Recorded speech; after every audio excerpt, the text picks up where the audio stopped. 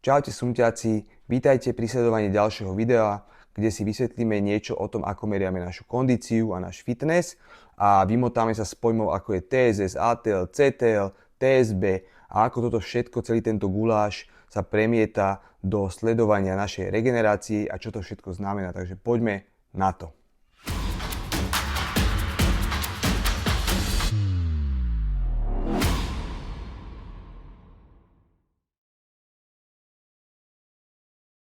Takže na úvod len vysvetlím, táto metodológia pochádza od firmy Training Peaks. Je to vlastne dlhodobý partner Sunta a Sunto prebralo túto metodológiu výpočtu tréningu a tréningovej záťaže od nich. Čiže keď by ste mali záujem, a ja vám to potom prezdielam aj v komentároch, hej, alebo aj na skupine, tak si môžete naštudovať viac technickejšie alebo detailnejšie informácie o tom, ako celý tento výpočet predbieha. Teraz by som sa k tomu chcel povenovať tak troška polopatisticky, aby to každý pochopil a nie veľmi, veľmi technicky. Takže poďme si to prejsť.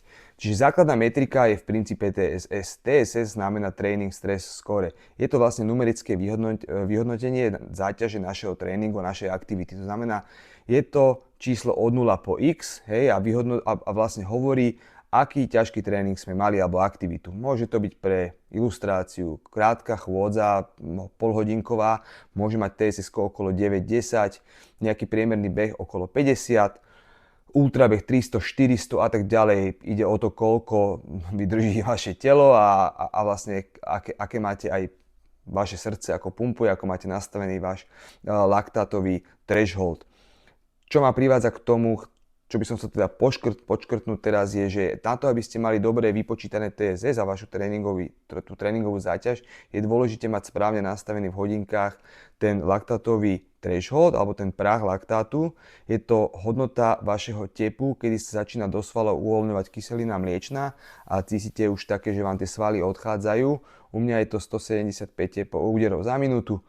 No, u niekoho iného to môže byť menej a viac, netreba sa porovnávať, je to veľmi subjektívne číslo. Máme na to rôzne metodológie, ako sa to dá spraviť, či už v labáku, ale keď nemáte alebo chuť ísť do labáku alebo priestor, tak proste treba si spraviť taký testik doma. Je to bolestivé, ale efektívne a potom vlastne od toho bude sa odvíjať aj vaša TSS. Dobre, TSS sme si zhrnuli, môžeme ísť na to, čo je to ATL, CTL a TSB. Hej, to sú ďalšie tri také dôležité metriky, ktoré vychádzajú práve z tohto TSS. Takže ATL, ideme postupne, je tzv. Únava, alebo teda vaša krátkodobá záťaž. Je to priemer vašich TSS score za posledných 7 dní. Čiže všetky vaše tréningy si spočítate, všetky TSS, ktoré máte dokopy, urobíte vážený priemer a máte číslo, ktoré je ATL. Hej. To isté platí pre CTL, akurát je to dlhodobejší horizont. V podstate je to ten takýto istý vážený priemer, ale za posledných 42 dní, čiže 6 týždňov sa berie ako perióda na určenie CTL-ka. A TSB je v princípe vaša forma, to podľa mňa pre mňa je toto najdôležitejšie číslo. Tá forma je vlastne rozdiel medzi ATL a CTL, čiže krátkodobou a dlhodobou, ale za včerajší deň. Len taký poznatok alebo taká poznámka počiarov, to TSB, aké by malo byť optimálne TSB, alebo čo to je, tak sú také nejaké zlaté pravidlá. To TSB by sa malo pohybovať v rozmedzi od minus 25 do plus 25. Hej. Keď vaša forma je v plusových číslach a teda ide do plusových čísiel, to znamená, že máte ako keby lepšiu formu a ste pripravenejší na tréning. Hej. A naopak, keď idete do záporných čísiel, čiže do minusových a prichádzate až do minus 25, znamená to, že strašne tvrdo trénujete, vaša forma klesá a vaša pripravenosť na tréning a prichádza únava a môže to viesť až k pretrénovaniu a potom k nejakému zraneniu. Takže dávajte pozor, sledujte číslo TSB. Podľa mňa to je veľmi dobrá metrika, keď je človek rozumie. Dobre, takže sme si vysvetlili teraz TSS, ATL, CTL, TSB a teraz tieto 4 ako keby parametre nejak určujú náš progres v tréningu. Áno, na to máme špeciálny widget, či už v hodinkách alebo v aplikácii. A teda ešte raz, aby som nezabudol, všetko toto, čo rozprávam, si môžete pozrieť či už v hodinkách alebo v aplikácii. V aplikácii samozrejme trošku viac detailov, takže tak všetko si to viete kontrolovať. No, ale k tomu progresu, čiže ATL, CTL, TSB vplýva na stav progresu, alebo teda vašeho progresu v tréningu. Môžu byť 4 rôzne scenáre, hej. Buď teda strácate váš fitness, áno, to je vtedy, keď vaše TSBčko, čiže vaša forma rastie do plusových čísiel, hej, a zároveň váš krátkodobá a dlhodobá záťaž klesá, hej, to znamená, menej trénujete, klesajú vám ATL, CTL a forma sa vám zvyšuje, to znamená, vaša regenerácia je lepšia, lepšia, lepšia. Čiže ak prichádza do toho čísla plus 25, hotovo vlastne ste v recovery fáze a ste ako keby netrénujete, hej, detraining sa to volá, tá fáza. Potom môže byť taká tá fáza udržiavať sa, to v podstate, keď oscilujú tie čísla okolo nejakej hodnoty, všetky tri, čiže ATL, CTL, aj forma, aj TSBčko, čiže to stále, keď sa ako keby stále chodíte hore-dole okolo jedného čísla, a tak vtedy ste vlastne v tej fáze udržiavacej, čiže ani nejak ste nie produktívni, ale ani nemôžeme povedať, že netrénujete, hej. To je tá udržiavacia fáza. A potom je tá želaná fáza, produktívna, ktorá nie je dlhodobo, ale udržateľná. Pozor na to. Hej, a to vtedy, keď vlastne vaša forma klesá, čiže TSBčko ide dole až do minusových čísiel. Opäť pozor na to číslo minus 25 a tak ďalej.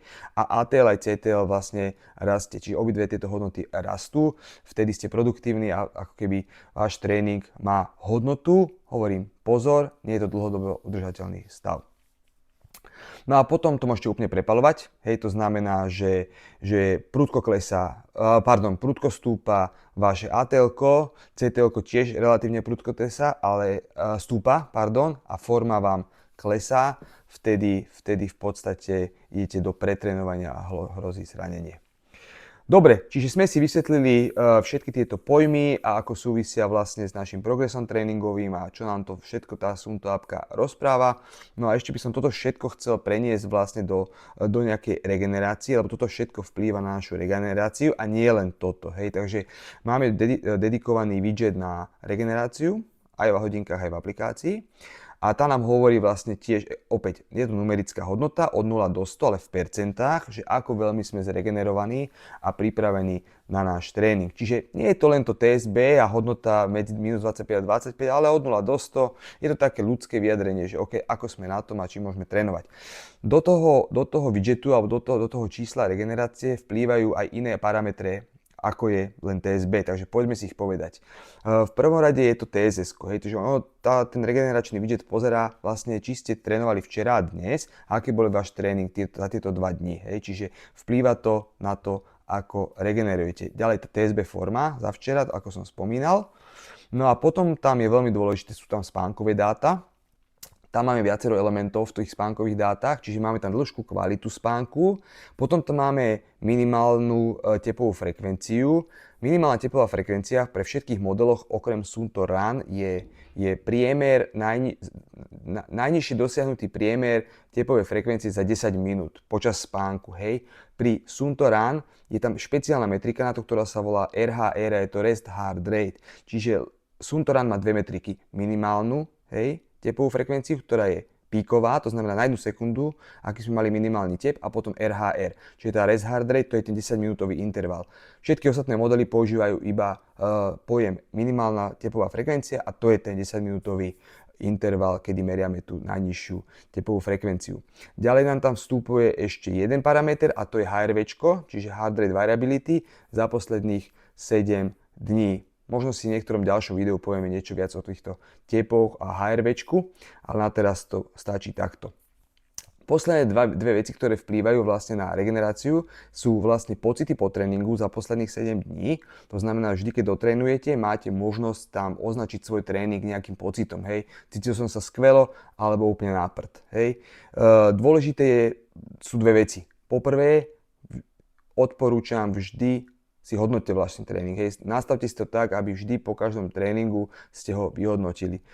Možno pre nejaké krátke prechádzky to nemá zmysel až tak strašne, ale hlavne také tie vaše core tréningy treba mať ohodnotené vašim subjektívnym pocitom. To je jedna vec. A druhá vec je, že buďte úprimní, to znamená, že keď ste sa cítili zle, ale napriek tomu, že ste otrénovali číselne, hej, hodnotovo, presne podľa plánu, hej, že teda aj tep bol taký, aký ste mali mať, aj tempo bolo také, ale pocitovo vám to nešlo, ťažko sa vám dýchalo jedno s druhým. Označte, že ten tréning vám proste nechutil. To isté naopak, hej, niekedy idete možno troška ľahšie a mali ste ísť rýchlejšie, ale proste sa cítili skvelo, tak označte ho dobre. Hovorím to preto, že ako keby tento parameter má pre tú regeneráciu významnú váhu a keď všetko budete klikať, že všetko bolo výborné alebo všetko bolo zlé, nebude vám dávať správne čísla tej regenerácie. No a posledný element, ktorý vstupuje do tej regenerácie, v podstate sú vaše zdroje denné, či tzv. Body battery, pre tých, ktorí mali niekedy Garmin, aby tomu rozumeli, to sú tie resources a tie v podstate sa vyvíjajú v čase počas celého dňa, takže ono to sledujú tie aktuálne zdroje, ktoré máte daný deň. A takisto toto číslo regenerácie sa mení počas dňa podľa toho, ako trénujete, podľa toho, aké máte zdroje, podľa toho, ako ste označili ten tréning a ako ste s ním boli spokojní. Takže dúfam, že sme si urobili v tomto všetkom nejaký poriadok, že z toho viac nebude taký guláš, ako býval, lebo chápem, je to komplikovaná metrika. Keby ste mali nejaké otázky, dajte ich do komentov, alebo si to prejdeme v skupine a samozrejme budem rád, ak sa vám toto páči, tak dajte mi odber, dajte like na video a zdieľajte medzi kamarátmi. No a čo iné, vidíme sa na budúce. Čaute.